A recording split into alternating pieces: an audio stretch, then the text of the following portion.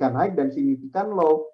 Ada nggak signifikan high dan signifikan low di dalam gambar IPPE ini?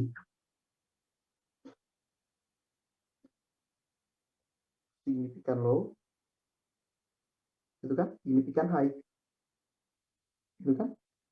Dalam waktu yang kecil, kerangka kecil, ini signifikan low-nya. Ini signifikan high-nya. Dan tadi, signifikan low-nya itu kemarin diberi. Kemungkinan nanti ini berubah di seperti ini. Iya betul Pak Kristianto. Extreme high dan extreme low. Kenapa Pak nggak di sini Pak signifikan low? Ini harga IPO mungkin ya. Jadi nggak terhitung. Harusnya sih kalau trading view-nya benar harusnya dari sini. Ini trading view-nya aja mungkin. Karena pakai rasio fraktal tadi ya, lower low-nya nggak ketemu. Lower low-nya ketemu setelah beberapa periode. Elsa. Saya kadang pakai S-chart kalau pusing karena S-chart kadang range-nya terlalu pendek ya. Kalau misalkan emitennya memang benar-benar fluktuatif, saya paling pakai G-chart-nya aja. Kayak gini aja. Udah lihat, oh oke, Elsa di atas nggak menarik. MNCN. Oke, dia baru break support become resistennya. Bertahan kan 905, beli take profit 930, cut loss 890, beres. BABP. Nah, udah. Syukur-syukur ya kalian dapat yang gini. Nah, nanti ini kalau misalkan kalian kemarin yang subscribe Alert PTP, ada beberapa rasio daripada vektor. Jadi kalian bisa dapat emiten yang terbentuk konsep ini nih. Konsep vektor dan ABCD dan beberapa rasio yang lain setiap 1 jam. Di time frame 1 jam berarti kan. Saya biasanya kalau pakai vektor itu di time frame 1 jam sih. Mana 1 jamnya ya? Coba kita cek dulu. Nah, udah. Sesederhana itu. Silakan ada pertanyaan lagi. Mau diporek bisa, mau di emiten apapun bisa kok. Nah, CPRO.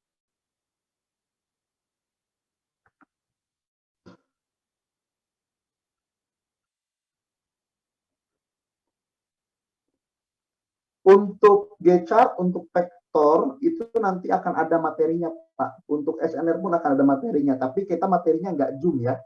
Karena kalau zoom pembahasan saya jadi terlalu luas, jadi nanti ada materi sub khusus, materi Pine SNR by pivot point, Pine SNR by price degree. Jadi nanti ada sub teorinya, gitu loh. Silahkan dibaca, ditonton, dan kalau misalkan tetap kelas kita zoom-nya hanya membahas permasalahan dari SOP trading dasar. Adapun nanti tambahan teori setelah kalian baca materinya silahkan kita bahas ketika zoom. Tapi kalau misalkan zoom bahas materinya itu bakalan panjang.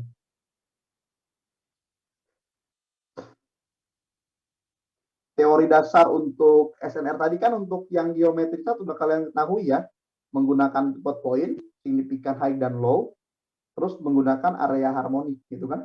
Area harmonik dalam artian gini, ini Fibonacci saya tarik ya dari area yang valid ya. Ini kan swing high-nya di sini nih Pak, kelihatan ya. Nah, ini nih yang paling tipis nih. Yang bulanan, ini yang mingguan yang kecil.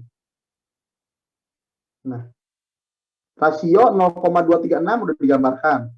Rasio 0,786 udah digambarkan. Yang nggak ada itu kan cuma rasio 0,5, 0,618. Udah, gitu loh. Tapi sisanya kan ngegambar tuh. CTRA ini justru kemarin masuk di tanggal berapa berarti? 1 Juli. Nih. 4 Juli. Gitu loh. Nah, jadi tujuan basic advance emang kalian harus paham nanti teorinya. Tapi ya minimal kalian punya gambaran dulu apa yang nanti akan dibahas di selanjutnya. Jadi dibikin aja PR-nya sebanyak mungkin, lebih bagus. Belajar terus praktek, pakai overlay chart yang ada saat ini. Aja. Jadi nanti belajarnya happy. Profit dapat gitu kan. Terus apa ya? Ya belajarnya happy, profit dapat. materi dapat gitu loh. Jadi seru lah belajarnya. Silakan Archie. Nah, Archie nih kemarin ada vektor juga ya, udah lewat 50% harganya. Tanggal berapa nih?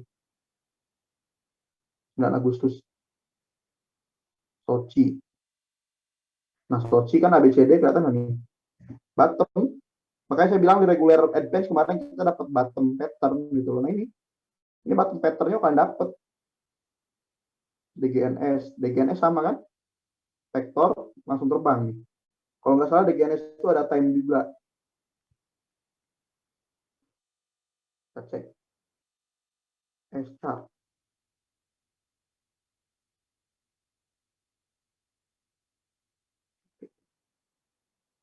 Kalau nggak salah DGNS itu kemarin ada waktu. Soalnya saya sempat masuk.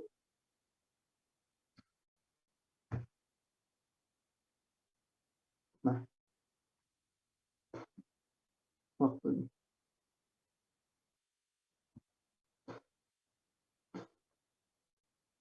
Pak, pusing Pak, kalau lihat S-chart Pak, terlalu berwarna gitu kan. Kalian hilangin aja.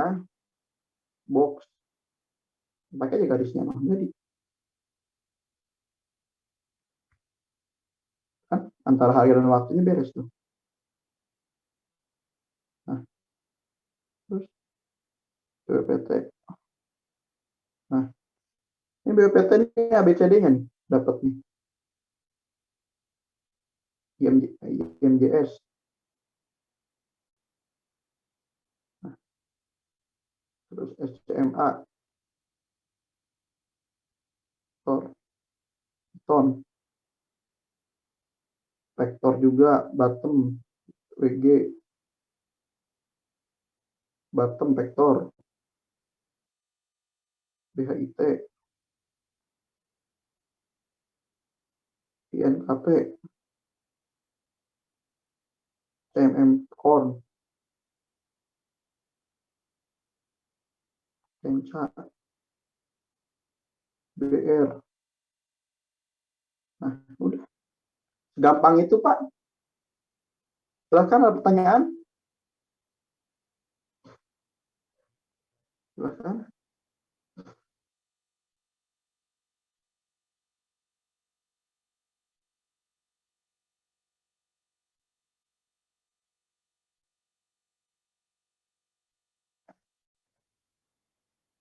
Silahkan ada pertanyaan.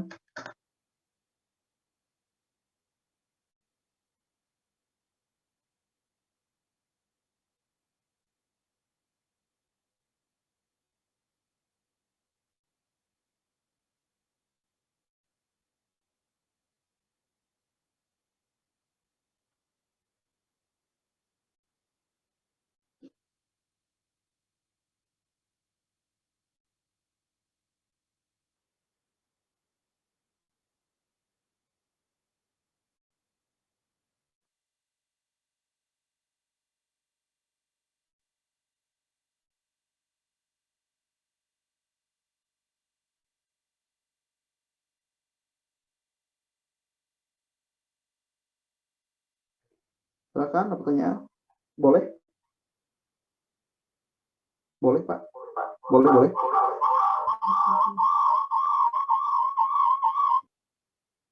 Silakan.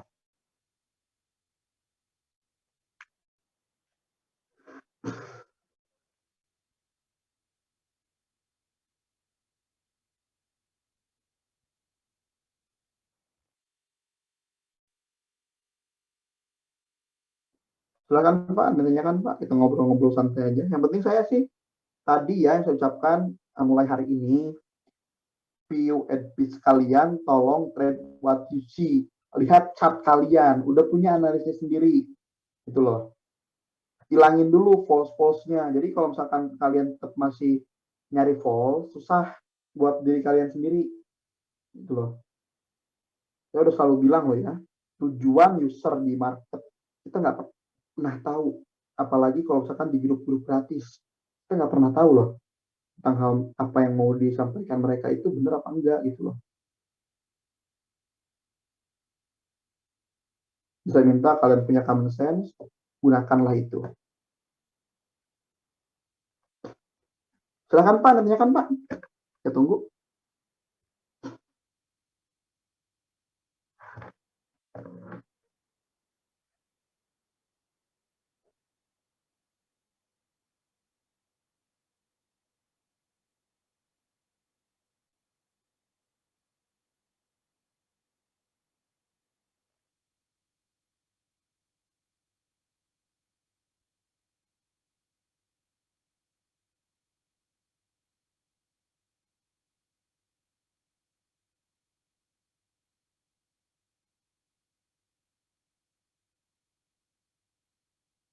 Oke, kebetulan Bapak membahas harmonic ratio. Tadi mengapa terdapat berapa yang tergambar? Apakah seperti yang pernah dijelaskan dari 10 kemungkinan yang dipilih kemungkinan paling sering? Pak, betul Pak. Jadi saya di market itu menentukan pemahaman market berdasarkan apa yang menjadi pengalaman saya, Pak. Karena kalau misalkan saya bawa semua apa yang ada di buku tanpa menggunakan pengalaman saya pribadi, saya takut hal tersebut malah menyesatkan rekan-rekan. Seperti yang saya sering sebutkan, banyak orang yang mengajari orang-orang mengenai tentang klasik chart pattern, tapi lupa dengan apa yang dituliskan oleh Bulowski misalkan ya. Kalau kita menggunakan referensi dari klasik encyclopedia pattern, kita menemukan dia bahkan meneliti pola kejadian pattern terhadap apa yang dia teliti, gitu loh. Saya tadi bilang, saya bisa memberikan semua gambaran pattern dalam satu indikator, gitu loh. Tapi saya nggak mau hal itu malah menyesatkan. Contoh simetrikal, bisa naik, bisa turun. Jawaban seperti itu tidak dibarengi dengan experience. Karena publik harus mendapatkan instrumen yang pas dengan apa yang akan mereka lakukan. Di saham sekarang kita melakukan praktik pembelian. Setelahnya baru melakukan praktik penjualan. Itu saya ada sharing di grupnya. Kenapa saya menggunakan hanya contoh-contoh tadi? Karena simetri pattern tadi, Pak. Market demonstrate pattern where price oscillate between one set of price ratio, gitu loh. Jadi market itu punya rasio di mana rasio itu memang nggak terlalu banyak, dan itu yang saya pakai Pak di dalam G-chart, gitu loh. Adapun rasio-rasio yang saya teliti setelahnya itu tadi yang jadi PTP alert itu Pak. Jadi PTP alert di 1 jam itu nanti menginformasikan tambahan. Karena kalau saya simpan semua dalam bentuk satu indikator mengenai rasio tadi, saya khawatir tidak terfilter dan juga nanti kalian malah lebih bereaksinya lebih banyak. Karena indikatornya kan event, gitu loh. Dia berubah kan. Kalau break ada lagi, di break ada lagi. Makanya nanti pembelajarannya kita tunggu sampai tibarnya terjadi, gitu loh. Nanti itu akan kita pelajari. Tapi yang ada saat ini itu udah memberikan kalian jawaban tentang apa yang sering terjadi di market. Karena S-chart dan G-chart saya setting sedemikian rupa untuk siapapun, dimanapun, dan kapanpun. Jadi baik mereka memiliki pemahaman analis teknis yang masak ataupun yang belum, selama mereka mengikuti SOP daripada basic teori tadi, nggak bakalan salah analisa. Ibaratnya analisa salah itu mesti gini loh, kalian nggak bakal ada kejadian beli di harga atas gitu loh, tetap belinya pasti bakal di harga rendah. Karena prinsip dagang gini, beli di harga yang paling rendah pada waktu tersebut. Kalau misalkan besok harga menjadi lebih rendah, kita bukan salah analisa gitu loh, karena kita sudah melakukan yang terbaik ya, tinggal berpikir bagaimana melakukan penjualan barang kita, entah dijual rugi atau menunggu untuk mendapatkan keuntungan. Tapi tadi kalau misalkan tujuannya trading ya ketika kita beli di supportnya di break, apapun alasannya cut loss gitu loh. Jadi intinya rasio yang ada saat ini di G-chart itu udah rasio yang paling best rasio dan yang paling sering. Makanya tadi saya bilang kegunaannya itu udah nggak usah kalian pikirkan. Jadi kalian tinggal pilih emiten, udah keluar langsung gitu loh. Mau emiten apa misalkan? BRMS. Banyak robot trading banyak, tapi yang memberikan informasi sampai pattern dan sebagainya kan jarang juga. Sampai waktu jarang ya. Contoh Ali, terus tadi ada Aces. Kita lihat Aces. Nah, ini menarik. Aces. Nah, ini contoh PTP yang manual ya. Nah, ini PTP yang manual. Ini kemarin saya masuk tanggal 22 Juni. Kebetulan karena trailing stop. Dan ini lagi nih sekarang nih. Kalau kita lihat tanggalnya di tanggal 9 September. Kalau misalkan kalian saksikan, ini udah menarik, betul kata Pak Dan, ini menarik. Secara natural prop order ya. Nah, menarik loh. Kalau kita lihat kan kondisinya akumulasi atau seperti apa.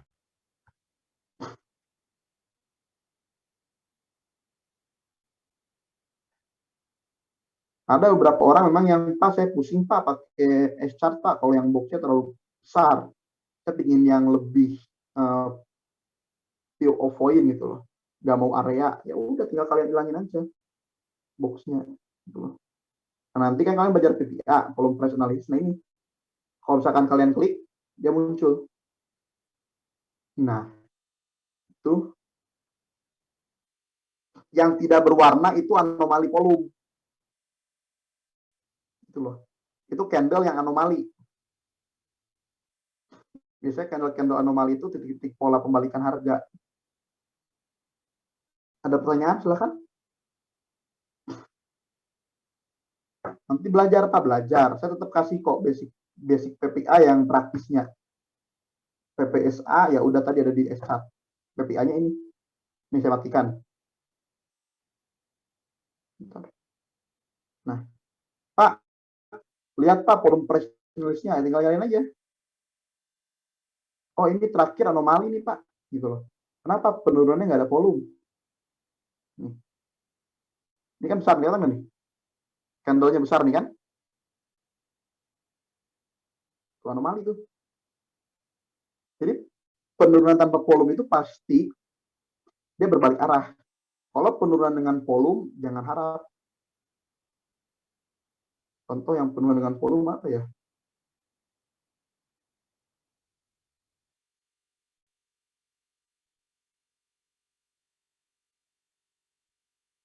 Nah ini turun dengan volume nih. Turun dengan volume, jebret, anomali, dash, turun lagi dengan volume, anomali, ada pembelian di sini nih, dan naik. Ini volume price analysis. Kita akan belajar dua hal tersebut biar semuanya bisa tahu, oh iya ini volume price analysis dibandingin dengan volume, pergerakan harga dibandingin dengan volume secara minority dan majority ya, yang ada di tampilan kalian yang warna ungu dan warna biru ini adalah secara minority. Bahkan mungkin ada pertanyaan lagi yang lain.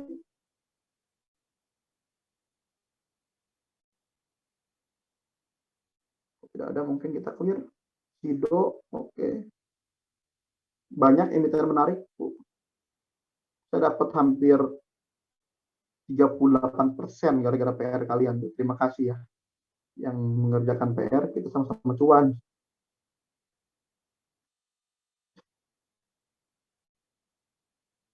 Nah, Sido menarik juga. Kita cek ya, base ini nih turun dengan volume atau tidak. Ini sudut pandang volume price analysis misal ya. Ini kan base nih. Base. Kita lihat dia turun dengan volume atau tidak. Base. Kita klik. Turun dengan volume atau tidak kira-kira? Ada bisa jawab? Silahkan.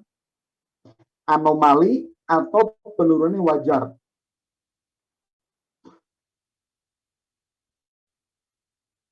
Betul. Penurunannya wajar, gitu loh. Itu bukan anomali. Dan ketika penurunan wajar seperti ini, ya kita udah harus hati-hati sebetulnya. Kita nggak tahu apa yang dilakukan dari 1.000 sampai 7.715 perak. Jadi kalau kita perhatikan besar ini. buangan di sini besar nih. Di tanggal berapa ini? 29 Juli.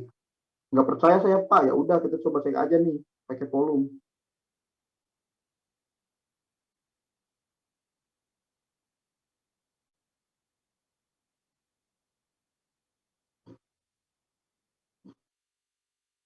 Menentukan support resistance pakai volume pun bisa. Nanti pakai ini berarti pakai volume profile periode yang suka dengan inventory stokan tuh. Betul nggak tuh turun dengan volume? Betul nggak turun dengan volume? Anomali apa enggak? Penurunannya anomali atau tidak? Atau wajar? Karena ada penjualan yang cukup besar. Kira-kira.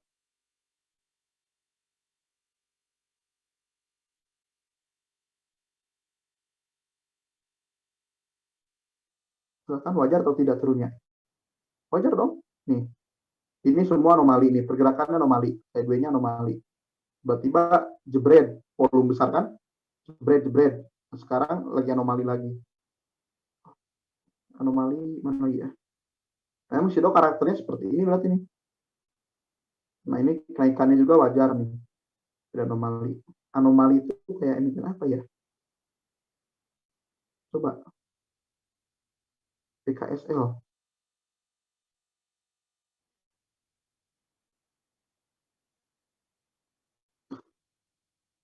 Nih.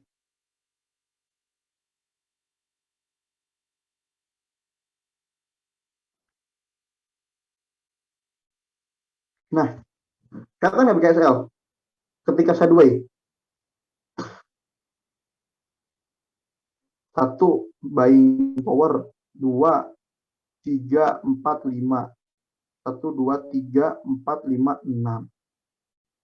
Anomali nggak kenaikannya kira-kira?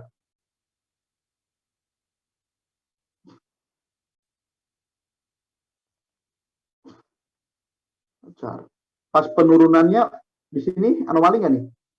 Pas penurunan sebelum naik tinggi.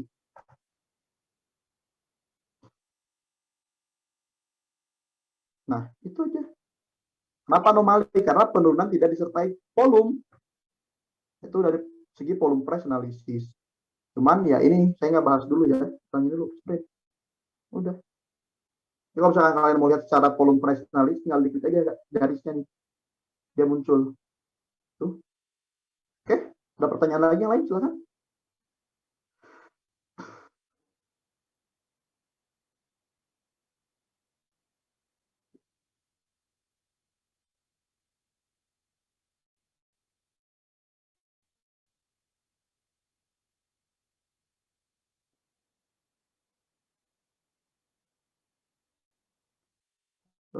Pertanyaan, jika tidak ada pertanyaan, saya anggap Zoom malam hari ini selesai karena kita sudah malam. Kalian sering-sering aja bikin PR. Nanti kita ketemu kalau misalkan ada masalah yang cukup serius. Selagi kalian menunggu masalah yang cukup serius, saya bakalan sharing tentang basic volume spread analysis. Ya, saya akan bahas volume spread analysis dari sejarah sampai tahap penggunaan, siapa pengguna yang cukup terkenal namanya, terus karyanya apa saja, dari itu lahir nanti ada trade guide dan sebagainya, volume spread dari beberapa sudut pandang, dan bagaimana pengaplikasian volume spread analysis. Tapi saya tidak akan membagikan indikator untuk volume spread analysis kecuali yang buying selling power. Tahu ya, buying selling power, tahu kan? Yang ini kalau misalkan kalian nggak tahu nih, ini sebenarnya basic dari volume spread analysis sebetulnya. Bentar ya. Sebetulnya kalau saya bagikan pun ada di indikator bawaan dari TradingView. Nah, tapi nggak apa, ini jadi pelajaran untuk teman-teman nanti. Nah, nanti akan saya contohkan ini, buying, selling, pressure. Gitu loh. Untuk yang market knowledge-nya, nanti akan saya contohkan satu aja. Satu kemungkinan. Oke. Terus setelah volume spread analysis, kita akan melanjut mempelajari volume price analysis. Volume price analysis tadi sudah saya sebutkan, kita menggunakan bukunya anak kuling yang volume 1, yang tadi saya jelaskan, anomali dan sebagainya. Itu hanya untuk konfirmasi bahwa harga turun, anomali atau tidak, seperti BKSL tadi, ini turun karena anomali ya, jelas. Jadi nanti kan bisa mengukur kapan dia akan berbalik harga. Oh, penurunan anomali, ini pasti akan berbalik. Gitu loh. Untuk PSA-nya itu memang untuk timing masuk aja sebetulnya kapan harga akan dinaikkan gitu loh. Tapi itu nanti saja kan basic, PPA-nya pun basic. Setelah kita belajar PSA dan PPA basic, nanti akan saya sharing tentang penggunaan klasik candlestick pattern gitu loh ya. Nanti itu ada panduan dari buku tentang candlestick pattern karangan saya, terus video. Untuk harmonic chart pattern nanti saya akan coba bekerja sama dengan Budian atau siapa. Terus untuk GAN sama dalam bentuk rekaman. Jadi intinya kelas kita goals-nya adalah memahami tentang basic analisis ini. Nggak jauh-jauh, harapan saya kalian bisa analisa secara mandiri menggunakan R chart S ataupun R chart G gitu loh. Atau misalkan kalian nanti tidak menggunakan indikator ini, ke depannya bisa menganalisa. Karena sudah ada unconscious, ada alam bawah sadar di mana kalau kalian lihat harga seperti ini ya, harga seperti ini, oh ini demand area. Kenapa Pak demand area? Karena itu yang di kirinya ada harga yang sama gitu loh. Saya tuh kadang lihat harga seperti ini walaupun tanpa gambar, ya mungkin karena udah sering lihat mungkin ya. Kayak gini nih. Ini saya walaupun tanpa gambar bisa tahu bahwa ini demand area. Gitu loh. Kenapa? Karena ada yang di kiri ada di harga yang sama juga. Noh. Bener kan? Noh. Bener nggak di demand area? Tuh. Jadi udah sederhana. Kenaikannya coba kita cek. Anomali apa nggak kenaikannya? Silakan. Kenaikannya anomali atau tidak?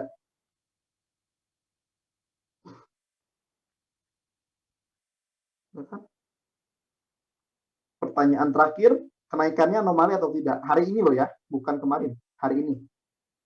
Kenaikan hari ini.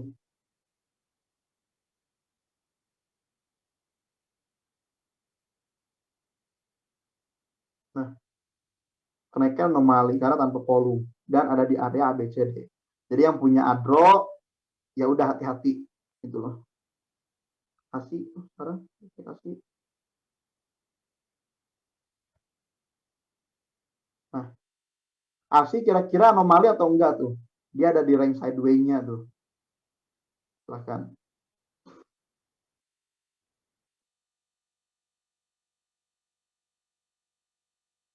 Anomali atau enggak tuh ASI itu?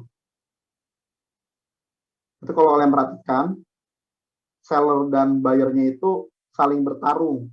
Kelihatan ya dari harganya biru merah biru merah biru ungu kan, di area membentuk base itu lagi bertarung. Entah nanti siapa yang menang. Nah, ini salah satu anomali tren sideways gitu loh. Nah, itu kita hati-hati. Dan kenaikannya pun sebenarnya ini anomali. Nih. Ini kenaikan anomali. Nah, kenaikan anomali nah, tanpa volume. Nah, ini yang ngeri nih, emiten-emiten yang kayak gini yang ngeri nih. Yang bisa langsung ambrol. Gitu loh. Jadi kalau punya barang di Asia hati-hati.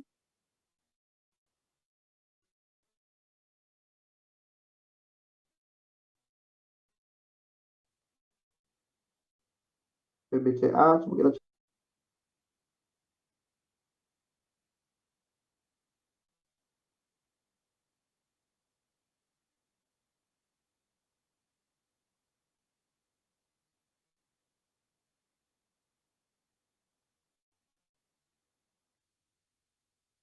Nah, kalau BBCA anomali atau enggak naiknya?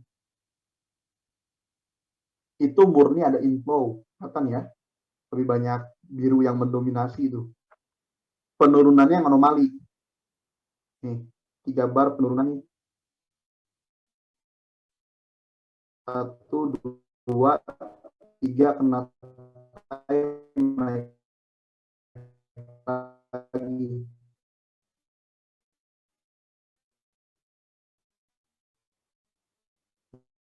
Ingat ya, yang ada di ini berbeda dengan yang ada di esoknya ya. Itu artinya dari akan naik ataupun yang ada ini menentukan jadi low dan swing high.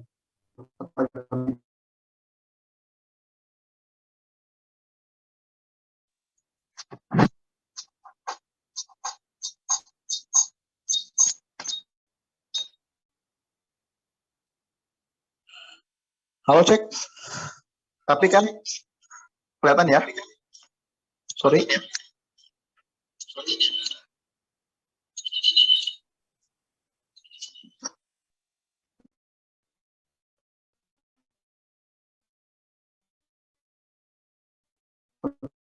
Oke.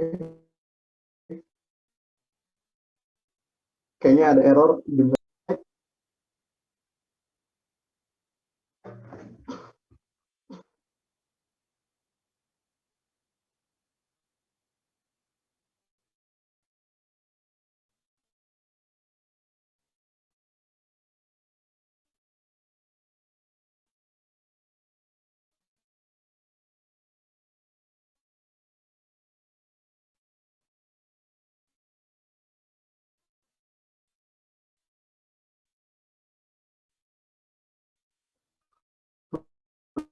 Beneran ya? Nah, rendah setelah segitu. Loh, tim analis itu nggak selalu benar juga. Bisa salah juga. Ini sama nih. Tidak boleh ada harga lebih rendah dibandingkan closing price ini. Nyatanya terus break tuh. Tidak boleh ada harga lebih rendah dibandingkan closing price ini, benar. Ini frekuensi time analyzer yang ada di ESAT nanti akan saya jelaskan ketika materinya. Tapi saat ini kalian bisa menggunakan untuk menentukan kapan swing low ataupun swing high terjadi. Tinggal dibuktikan dengan trennya ada di mana, fase trennya seperti apa. Oke, silahkan. Sudah jam 11 malam, mungkin di WIT udah jam 12 atau jam 1 ya. Jam 1 berarti.